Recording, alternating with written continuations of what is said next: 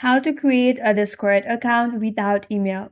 Hi everyone, this is Kate here and welcome back to the channel, and in today's video we will learn how we can create a Discord account without an email. So without further delay, let's get started. For that, first of all, download the Discord application in your mobile device. Open up Google Play Store, search for Discord and install it in your device. Once you have installed the Discord application, open up the application in your device. Once you open it up, you will find an option to register. So tap on register. Here you have two options, whether you want to create an account with your phone number or using your email.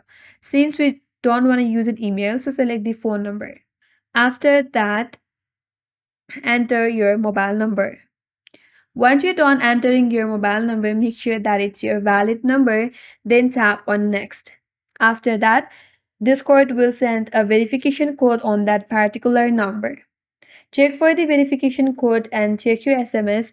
After that, input the code that you have received. Once you're verified, you'll be prompted to set a username and password. Create a username for your account and then create a password. Once you're done with that, Discord will prompt you to add an email, but you can skip that process as well. Once you're done with that, now you have your account created using your mobile number.